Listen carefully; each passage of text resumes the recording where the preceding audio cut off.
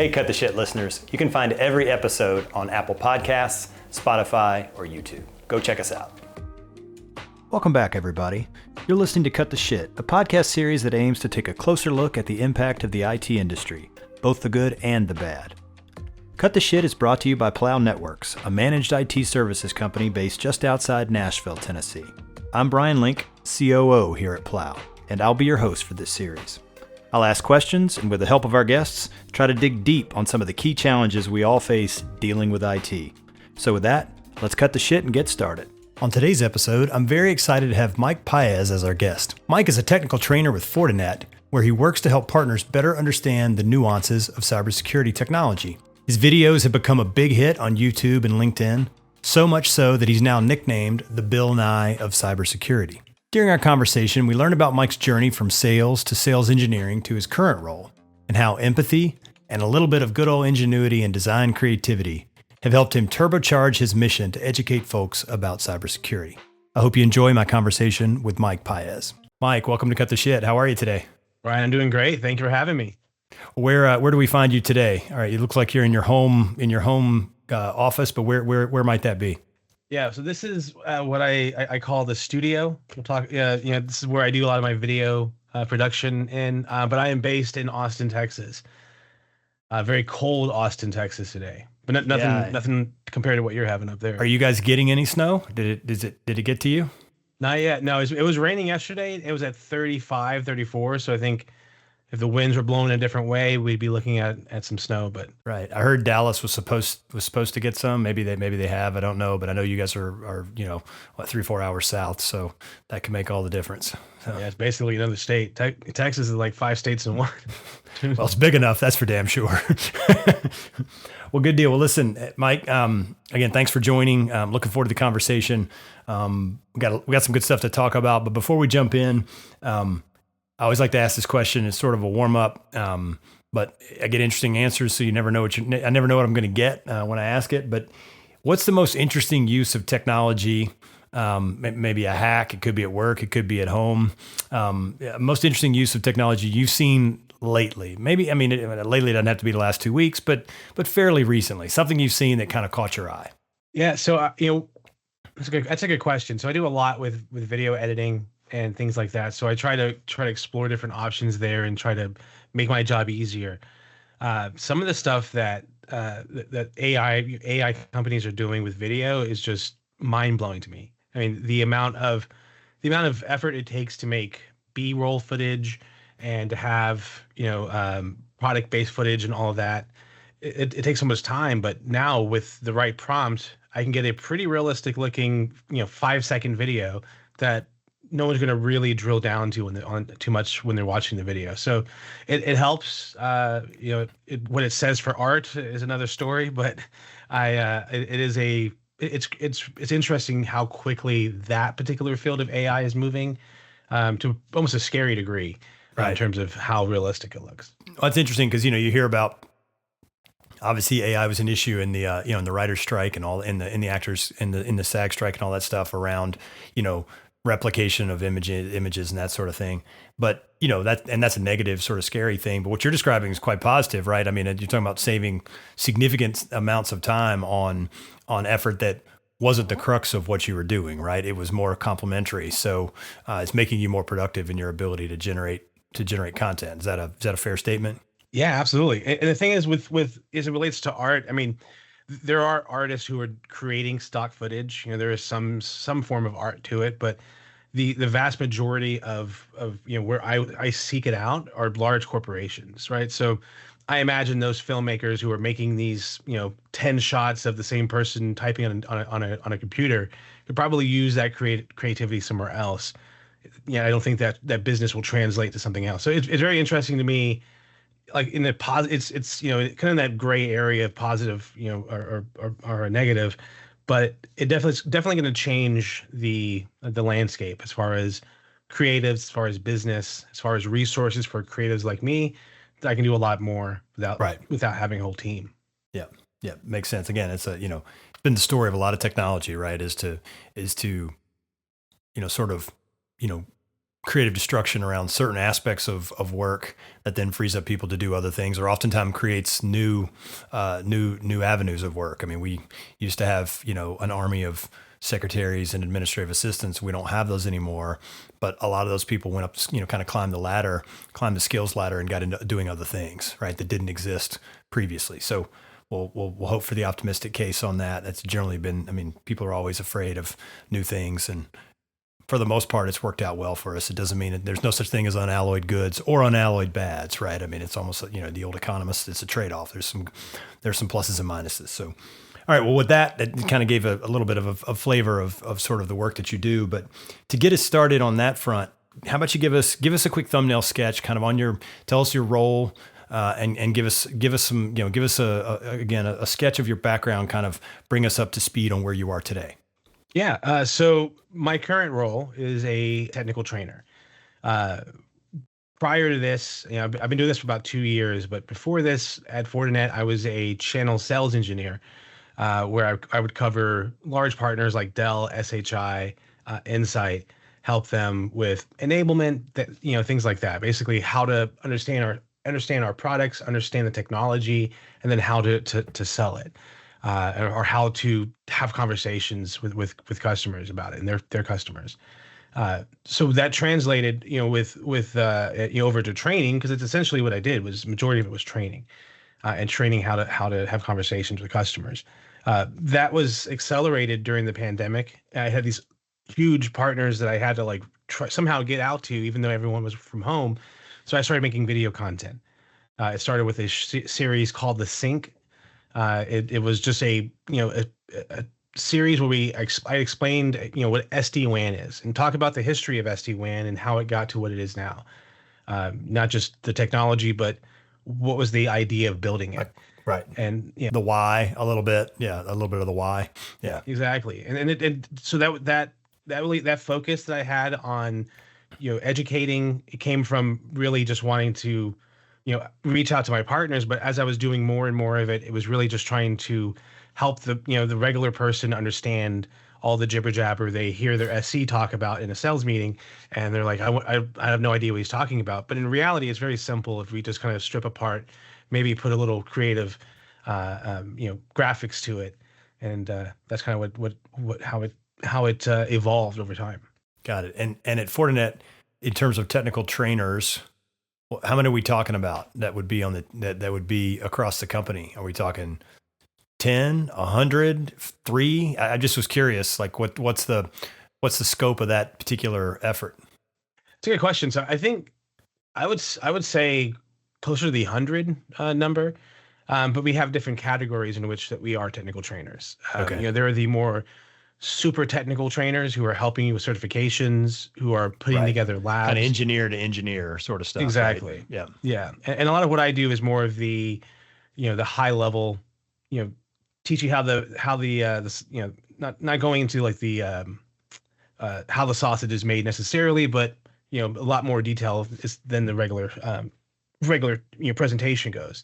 But we have people on my team specifically where we specialize in different areas. Some people are really good with building out a story in a presentation or a training or a certification, right? Building out a story in a lab of where I want you to go through so you can touch certain things. So, we are technical trainers, by name. Some people have different names, of course, but the idea is still the same: is finding a way to make it easier for the student or attendee, whomever they may be, to understand the technology or whatever solution we're trying to get them to understand. Gotcha. All right. So almost everybody who's listening to this knows who Fortinet is, but for the one person who's not sure, hi Tim. Exactly. Tim just came out of hibernation, or he joined IT accidentally. He didn't mean to, and he's looking around wondering why he's here. But we'll speak to Tim. Tell us a little bit about Fortinet and kind of just the overall business and what it does and what it looks like. Yeah. So this is a conversation I would always have when I was a channel sales engineer. Is what is Fortinet? So Fortinet is at its core is a network security company, right? Or cybersecurity company, right? It's, we're primarily known for a firewall. That's the biggest chunk of what people know us from. But once you get into Fortinet and understand Fortinet, it's a lot more behind that. It's a complete ecosystem, right? There's what we call the Fortinet security fabric, which has an amalgamation of all of our different products. We have over 50 different solutions, a lot of which communicate with each other. And it's really just a true end-to-end security, because we have firewalls, we have cloud, we also have phone systems, and we have security cameras, surveillance cameras, right? So it's true end-to-end security, from physical security to cloud security and everything in between. Right. And to your point, the FortiGate, I guess, in many ways would be sort of the core product, or at least the most well-known component, kind of the heart and soul, if you will, of the business, sort of what it was built on. And then you've really kind of expanded to kind of really encompass security writ large. Would that be fair? That's absolutely fair. Yeah. Okay. Good. And it's a big company, right? I mean, do you have a sense of the size in terms of employees or revenue or anything like that? I know it's not necessarily an area, but maybe you've got that tucked away in your brain somewhere. Well, my numbers are outdated, to be honest with you. I was more up on that when I was in SC, because I felt like that was more of a conversation. But I know from the customer standpoint, or from our install base, we have this is like 2 years ago, 800,000 devices are. You know what? I'm not. My numbers are really off. I was gonna say that's probably 800,000, maybe customers, because I mean, you guys are I mean, it's international, and you guys are all over the place. So my numbers are way off, but I know we're huge, and we've grown so much since I first started. I was hired back in 2019. Obviously, the world's changed since then, but Fortinet's really grown and expanded so much over that time. It's been a great journey to be on. Very good. All right, so let's kind of, I mean, I sort of see you, and this is a compliment, so please take it as such, as you kind of take on the role of teacher, right, in the context of what you're doing. It's not exactly that, but that's certainly part of it. So let's kind of take one step back a little bit and be like, why do you think why should Fortinet be doing this? What's the need that's sort of created? Where's the hole in the world that makes a company that makes security products need to be in the business of teaching? And that's it's more just just setting you up to sort of talk about it kind of philosophically, if nothing else. Yeah, no, that's a great point. And I think just in the industry in general, has some type of responsibility to educate. Right, not just educate ourselves, in the executive area and the train, sales and that area, but really just also educate the rest of the world. Right? I think at least when I came on, I think the mindset of really of IT companies, period, is that there is a general baseline of knowledge, right? That okay, well, if you're in IT, you know X, Y, and Z, you know what this is already. The reality is that not everyone learns the same way. Not everyone retains that information. As an SC, I would have conversations with salespeople all throughout the U.S., and their knowledge would vary greatly. So I think, going back to your question, what makes really any security company responsible for educating is it'll only close that cybersecurity skills gap that everyone talks about, right? Not having enough people in the industry, not having enough knowledge in the industry. It starts by educating, and I don't think we can rely on the other guy or rely on the industry leaders on the certification side to necessarily educate them, because not everyone's going to get a CISSP. Not everyone's going to get a certification. They just need to know the basics. They need to understand it, and then with that they can build on top of it. But I think there should be a great reset of knowledge. I think that's there's a nuance there that I probably didn't do a good job pulling out initially, and that's who's the target audience for your training? Because you've mentioned it a couple of times, but I think it's important to talk about how Fortinet goes to market and what that means kind of for, again, the bulk of the folks that listen to our podcast are on the client side, right? They would be the people that buy Fortinet, not the people that sell it. So talk to us a little bit about who are you teaching? Who am I teaching? So a lot of the folks that I teach in particular would be the partner community. It would be folks that are like the sales reps, the SCs, perhaps the people who are talking directly to you as a customer, so that they're as knowledgeable as possible and it can have a conversation aside from just, well, this is what we need to sell, or this is what, it's more of a have a deeper understanding.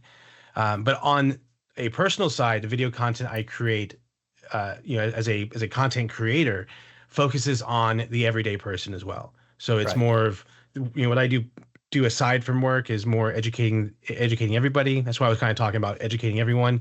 Right. But what I do in particular is focusing on partner, and helping them understand not just the product or a solution necessarily, but the technology. Yeah, that makes sense. Because, yeah, I mean, it's easy to think of, oh, Mike makes videos, so I understand how Wi-Fi works. Okay, yeah, that could be true, right? That is true. But also, Mike is making sure that when, the sales rep from my MSP or distributor or somebody shows up, they're not a complete clue burger. Like they maybe can, understand, or at least have a grounding in the technologies that they're talking to us about, so that, even though they're selling me something, I don't know, they literally have no idea what they're talking about. They're reading off of a script, and if you get outside of that, they don't know what to do. Right. And that's a challenge because, a lot of times salespeople come to the table. Some come from technical roles, but many do not, right? And so they don't have that background. And even if they do, sometimes the most technical people struggle to connect to someone who's not as technical as them, right? I mean, that's always a challenge sometimes engineers make great salespeople, sometimes they make terrible ones, right? Because they can't bring it down to a level that somebody can understand. At the end of the day, that's really what that's about. So, Yeah, and I agree, and that's what, I didn't get into my whole entire backstory, but where I started originally was sales. And well, that's what I wanted to get on that. I wanted to talk about, like, how did you get, because you've kind of taken us back to 2019. So let's go a little further back and talk to me about kind of from the get-go, how did you get to 2019? Because there's some base of experience and learning there that bring you to that point. Yeah, so I was at my first like big IT job was working at Dell. So I started off in the sales. I was, answering phones even when I first started, to account relationships. And it was just at one point, the person that was supporting me as a technical resource, we just weren't clicking, and I just rather learn myself. So I just started learning the products. They would call them source books at Dell, where you would just look at how, every single component and how things work. And I started to really gravitate towards that and moved into the technical field. With the idea being for me is that I want to be I'm a salesperson, but I want to have a technical baseline so I can understand what's being talked about, not just talking out of, what. Right. So, yeah. So it was more out of a motivation to be able to avoid that problem for yourself, right? Which is, I'm selling something, but I don't really know what it does or how it works, or being terrified that somebody might ask you a question that not that it's okay for people to ask you questions you don't know. It's not okay for them to ask you questions you should know, right? Those are different. That's true. Very true. Yeah, those are, that may seem like a vague distinction, but like it should become clear in your role. There's certain things you got to know, right? So, all right, cool. Let's talk a little bit. I want to try to put you, I know you spend a lot of your time educating partners, in the partner community. So sales folks, those that end up talking to clients. So you're sort of a one step removed maybe from clients. But my assumption is even if you don't talk to those folks, you hear a lot from the folks you're talking to about what their needs are. And are you seeing what's changing in terms of the feedback you're getting from the folks that you educate as far as the client side? Are their needs increasing, decreasing? Are they asking for different kinds of? Are they seem to be struggling in different kinds of areas? Again, this is all based on the feedback you're getting from those folks talking to them. So it's a little bit indirect, but I'm just curious because this is something we always struggle with too, is to try to make sure. Look, if we're going to talk about something, we want it to be relevant, and it needs to be back to the problem solving thing, right?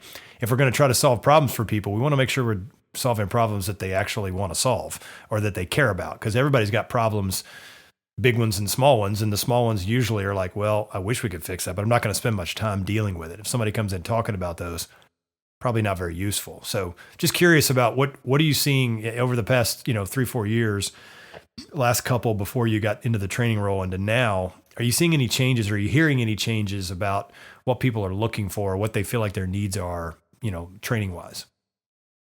from a training perspective, I would say it's a mix, right? So definitely for the everyday employee, right? The general staff of an organization, there's a definite need for them to get have a good baseline, understand how to see a an email that comes in that's malicious, what to look out for, that kind of stuff.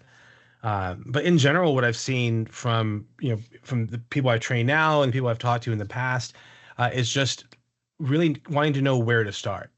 I think that's a big thing from what I've seen. So like whether it's like, okay, well, I hear about ZTNA, I hear about SASE, I hear about SD-WAN. Which do I need? How do I know what I need? So I think that speaks to a need for a deeper understanding of how those components work together. And I think that also kind of goes towards more like cloud, SaaS, SaaS environments, things like that are just becoming more disparate. So it's harder for them to really have a good visibility or understanding of where to start. And do you get the sense from the partners that they're talking that the sort of the ratio of folks that they talk to, the division between what I'd call, business primarily business versus primarily technical. Do you get a sense that that's changing in the sense that there's more business people in the mix who are now in essence responsible or buying IT because of the sort of the proliferation of technology or not? Yeah, that's a good point. I would say yes. And there's also reports that we've done, at Fortinet. We did a survey of over 1,800 IT and cybersecurity professionals around the globe, and asked questions kind of like that in terms of accountability. That I think for the first time I've ever seen executives are being held liable for these type of cyber breaches. They're seeing fines, in some cases even jail time. So that obviously makes them more interested in having those conversations. Like, hey, okay, maybe I should have talked to my IT guy when he came in. That's motivating for sure. Not necessarily a positive motivation, but it works. That's right. Sometimes you need the stick if the carrot's not working, right? Yeah, for sure. So I see that definitely more just industry wide, more of a drive towards that. Of like understanding what are we doing about it? What do we need to do about it? What have we missed out on? And getting to there. So yeah, I see a lot more non-technical folks getting into the conversation. Yeah. For better or for worse. Yeah. So let's talk some about, you mentioned some, some sort of key concepts around zero trust and SASE and some of that. What are some misperceptions that you see in the channel, kind of in the partner side, that you feel like you're working to refute and maybe misperceptions is not the right word, but maybe just misunderstandings or maybe lack of sort of context. Where do you feel like you're hitting the hardest, or you feel like you find yourself repeating yourself over and over, which is usually a good sign in the sense of you're onto something. Yeah, I'd say a big one is zero trust and understanding what exactly that is. Zero trust itself is obviously a philosophy. Right. It's not. I think there's still a lot of people who think it's something you can buy. Yeah, I really do. Yeah. Yeah, it's just a mindset. It's a philosophy for that. But then there are solutions that, to that point, right? As you drill down into it. Right. There are things that support that philosophy reflected, but it's become it's got such a, whoever came up with it, great marketing, right? It's super, they nailed it. Almost too well, right? In that sense, it's kind of like the cloud. It's like cloud, yeah. And cloud in a lot of ways is very similar to zero trust. Like, we had service bureau stuff and things delivered over the internet for a long time before cloud, right? But that created an understanding of people's. It was a way for people to grasp, at least conceptually, what that meant. And I think zero trust does the same thing. Like, okay, I can get that. Like that was well done, but does contribute, I think, to some of the problem. So what else beyond zero trust would you say are in this big bucket? Yeah, I would say talking a lot about SASE. I think there is I personally blame the name. I'm not a big fan of the SASE. It's not a good name. As opposed to zero trust, it's the opposite. Yeah. Exactly. Yeah. It's like that person was off and they came out with SASE.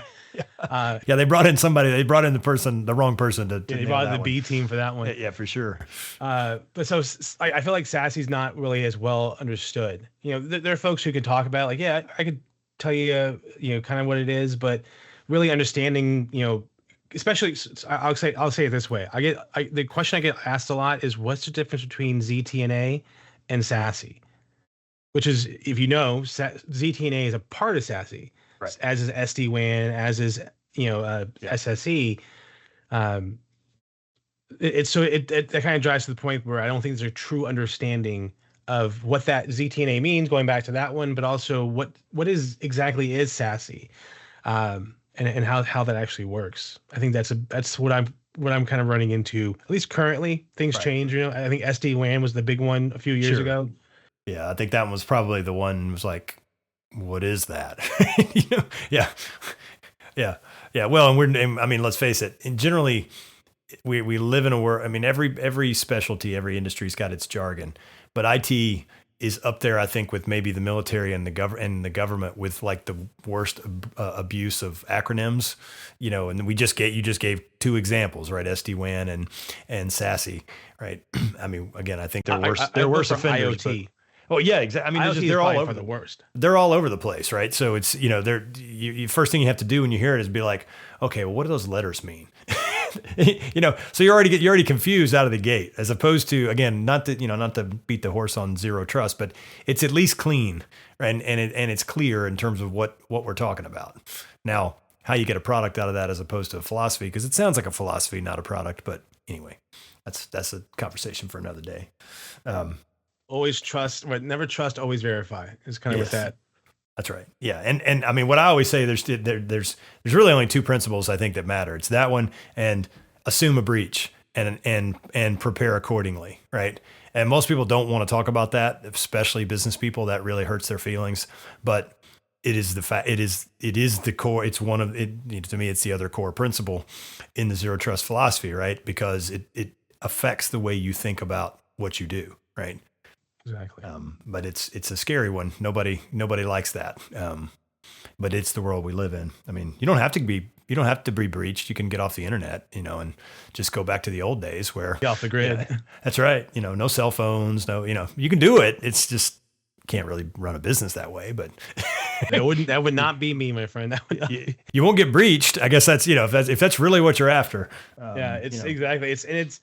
And the other, to that respect, I think another thing I was dealing with when I was directly working with customers in my previous role in a different company, is getting past the understanding of the idea of like, well, if I get the best solution, I shouldn't have any problems. Like there's almost always going to be a problem, no matter like no, there's no vendor out there that could say 100% effectiveness, because we don't know what's being made, and with 500,000 new pieces of malware being made daily. It's that mentality of like, okay, I have the best, nothing you can get through. It just isn't the case. Yeah. I mean, I think we've often thought of, security, cybersecurity, information security, whatever, as like a bank vault, right? And you could make it where people can't get in there. And it's more like, trying to prevent. It's more like buying insurance on your house from a tornado. Like, if it's going to happen to somebody, maybe it won't happen to you. I mean, maybe tornado is a bad example. Maybe it's more like hailstorms if you live somewhere where it hails all the time, right? Because this stuff is going to happen. How do you mitigate? It's really, how do you mitigate the damage from when it happens, not prevent it altogether. And again, it's just not a concept that certainly the financial people in the world do not like that. And for good reasons. Like it's very, very scary, and it's hard to model, but it's the nature of the business at this point. And to your point, I mean, even the security companies themselves, have breaches, right? If there's ever, not to pick on CrowdStrike, because, Fortinet has had breaches. Everybody has. It's the way it is. It is not a reflection. I mean, you can have, better or worse, I guess, experiences with it. But the idea of well, just because it's Fortinet means that they themselves have built, to your point, they've got the best tools, so they won't get breached. It's not true. Yeah, same for CrowdStrike. Same for anybody else. It's all this. It's the same deal. So, yeah, it's a constant, just trying to balance the plates almost. Yes, game for everyone. Yeah, and it truly is it's risk mitigation, not prevention, right? There's a profound difference between the two. And I think when you, sorry, no, go ahead. No, I was saying to that point, I think when people start realizing that, they can start asking themselves the more important question of what happens when a breach does happen, Right. and get those things in place to make sure that automation's in place, possibly to get that mitigated as quickly as possible. Yeah, and that gets you to segmentation, right? Which data, if you do have a breach, what would make you care? If someone's, because there's certain things that if they got breached, you wouldn't care, right? And so it's like, well, you probably shouldn't be spending much money to protect those, right? That doesn't make a lot of sense. The others, different story, right? And then making sure you've got air gap backups and et cetera. All the steps you take, but again, all that comes from the the acceptance of that one of those first principles, which is a breach is inevitable at some point. So go ahead and plan accordingly. Exactly. Again, it's not. It's a very realistic, even if it's not sunny, in its perspective. So, so Mike, a couple of things more before I let you go. I don't want to take up too much of your time, but when you think about, you talked some at the beginning about some of the tools, some of the editing tools and AI, so the AI enhancements that you've seen there. What when you think about the skills for folks to do teaching, and I want to speak specifically to the kind of teaching that you're doing, right? I'm not talking about schools, although it's probably applicable, but let's talk about what you're doing. What advice would you have let's say we've got clients out there who are like, I want to make sure that my individual end users, are more knowledgeable more knowledgeable users of technology. Right. I got 200 employees and I don't think Judy in accounting really knows what the hell she's doing. Right. And I could spend some money on some help, but I also would like to enable some folks. I got some young techno savvy people on my team and I'd like for them to maybe help. What kind of advice would you give to somebody like that to equip, a person or two or three inside an organization to help sort of mitigate this problem? Yeah, that's a good question. So I think the thing that I lead with, I think it translates to what I was doing before, with having my customer, the channel partner, trying to educate them, is really just make the education fun, make the training fun, and the way I do it at least is go with the understanding of just like 101. Right. Explain what a firewall is, but not just explain what a firewall is, but talk about the philosophy of it almost, right? The way it started off as a packet filter, and then how that progression moves and what brings it, how that adds to what currently exists. That's one idea, but I think for me, I make it fun with videos. I use graphics. Yep. Now your videos are great. I watched some of them, and you do a good job with that. And there's a lot to be. In fact, I felt a little bit guilty after watching your videos, thinking, man, I maybe need to jazz up my podcast videos some here, because put some graphics right now on the screen. I was going to say I don't do anything cool right now. It's just my ugly face and some conversation. So I don't know. Maybe this didn't start as a video. Maybe some of that is my own fault in terms of orientation, right? Because I thought of this as it started as an audio podcast, and of course my clever producer was like, if we just recorded this, we could just cross post it to YouTube, and I was like, oh, okay. I just really think much about it, and she's thought more about it than I have for sure. But anyway, I'm digressing. No, but I like what you do is different. I mean, it's very clear that audio only and YouTube are not the same thing, right? And watching somebody talk into a mic, which is what I'm asking people to do on this podcast on the YouTube side, right, is different. I bet you there are people, if they do consume this on YouTube, don't actually watch the video. They just have the audio on and are doing something else because it's primarily an audio, delivery, and yours is not. So yeah. Yeah. I'll have like a podcast going on in the big screen, and then I'll be like vacuuming or cleaning up the house, cooking. Yeah. What I have noticed though, in general, is that most people don't watch the videos as much. Like they're in terms of like the long form videos. I do 10-minute videos. So sometimes I'll have it playing in the background as well. So I spend hours on these graphics. I spend hours on animations that I'm like, hey, so what do you think about that animation? Oh, I didn't see that. Let me go back. We missed it. Yeah, there's that point. That wasn't really what I was looking for. Yeah. Yeah. Mind you, my wife was walking in like, hey, honey, you can come to bed. Like, I gotta get this right. I'll be there. I'll be down there in a minute. Yeah. And like maybe 5 people saw it on this entire planet. But no, I think it's it's still kind of fun to make it as fun as possible, make it education as easy as possible. So like you're talking about how what we do kind of is kind of like could relate to a teacher. And I think that's true because I use some teacher tools. I use Kahoot, for instance. Are you familiar with Kahoot? I'm not. So Kahoot is a like a web platform that can ask questions, right? You would have like Okay. yeah, so you would have like you can use your phone. People can play along with their phone. So you can do surveys, you can ask people to answer things. You do some interactive kinds of things with the attendees.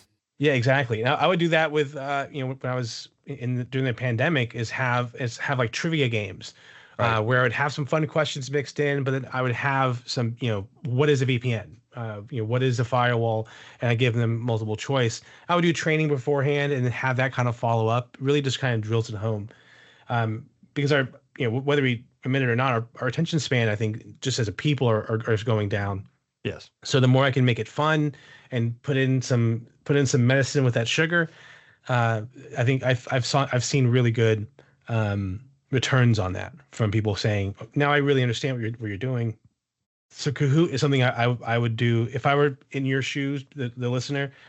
I would leverage tools like that, like Kahoot. There obviously are there are services out there that can do trainings as well, for sure.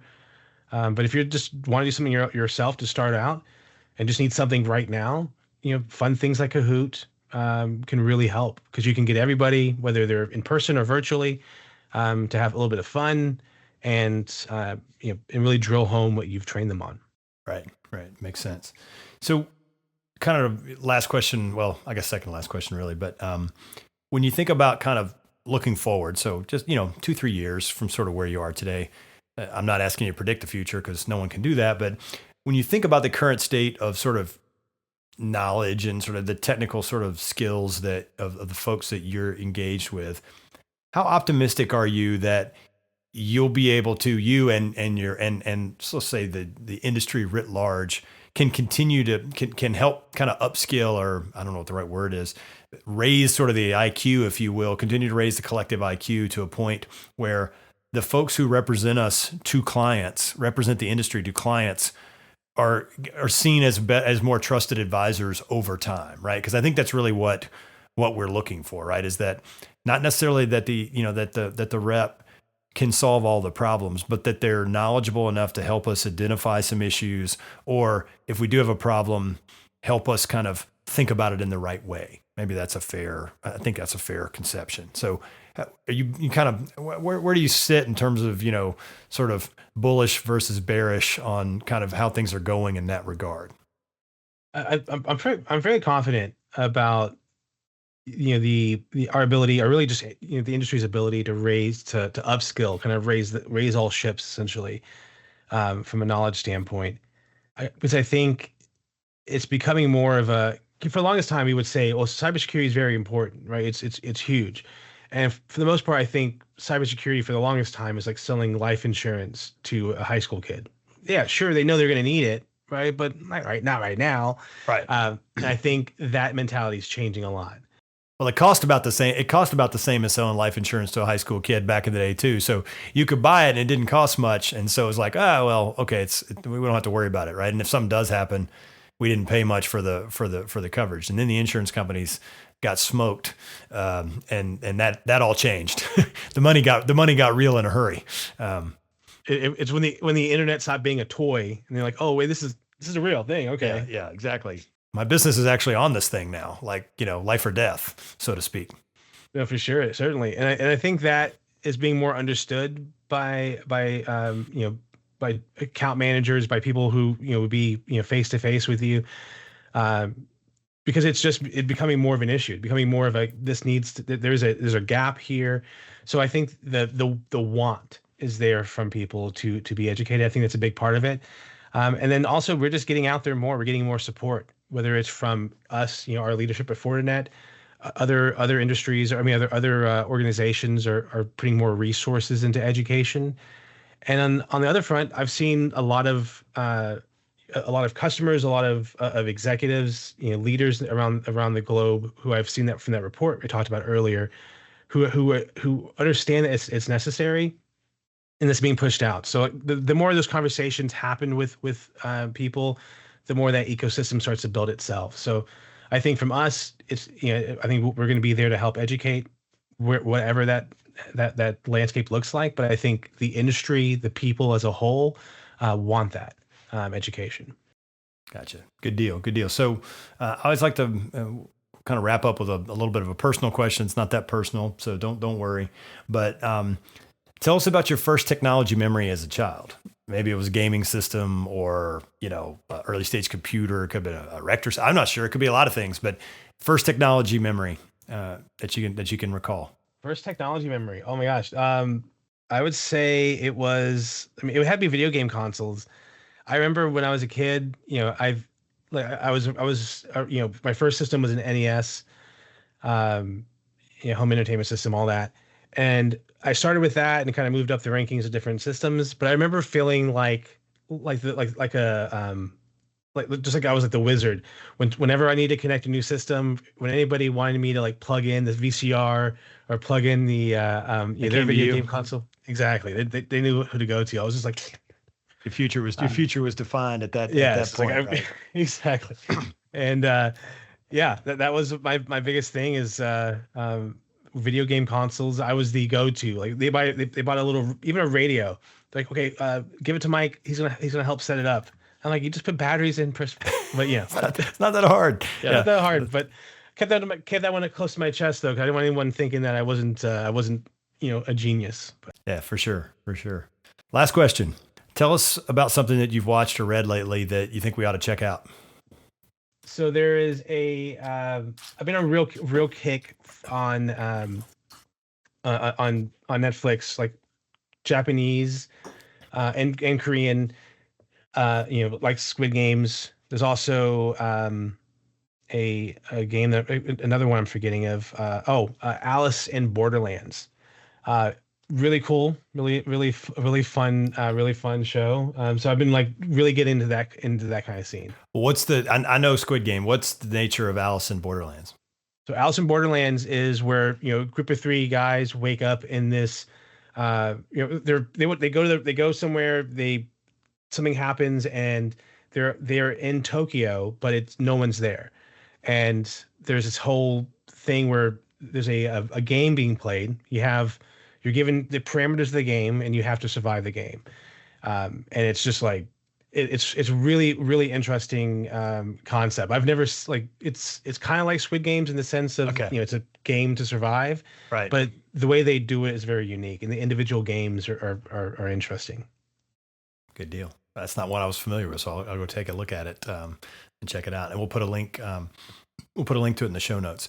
And also, you mentioned we'll put a link in there to kind of some quick facts on Fortinet so that people can go check that out. You did mention a report. Is that a report that's publicly available? If it is, if you could shoot me over the link, we'll put that in the show notes as well, so people could go take a look at that report because it seemed like it sounds like something people might want to take a look at. Yeah, for sure. It's a cybersecurity skills gap report and the security awareness and training service report. Some interesting tidbits in terms of accountability for executives, right. And what other people are focusing on. Perfect.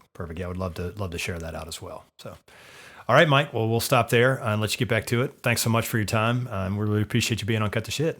Well, thanks for having me. Take care, Brian. Have a great day. We hope you enjoyed this episode. If you are enjoying the podcast, we'd appreciate it if you would become a subscriber wherever you get your podcasts. And if you could rate and review the show on Apple Podcasts and Spotify, that would really help us out. Or you can just go old school and tell your friends, your family, your colleagues, and hell, anybody else who you think might want to hear something like this to listen in. If you're on social media, make sure to follow us on TikTok @CutTheShitPod, all one word, where we post lots of clips from the podcast. And last but not least, you can also watch the YouTube version of the show on our YouTube channel @Plow Networks. Until next time, take care and have a great day.